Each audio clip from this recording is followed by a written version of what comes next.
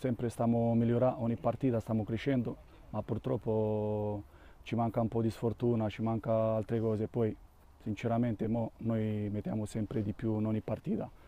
A noi ci dispiace perché siamo una squadra che sempre ci stiamo dedicando sulle partite. Sempre abbiamo fatto belle cose, ma ci manca proprio o la sfortuna o non lo so, non trovo proprio la parola giusta. Ci dispiace, comunque loro sono una brava squadra, giocano insieme da tanti anni, giustamente, che passano la palla in campo, si conoscono bene. Purtroppo la differenza si è visto stasera in campo.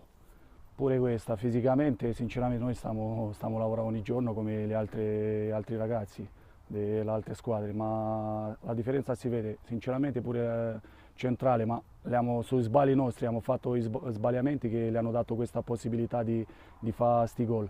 Purtroppo sono bravi pure di piedi, sono bravi giocatori come sono i ragazzini, hanno maggior squadra, sono proprio la metà che sono ragazzini più di 20 anni.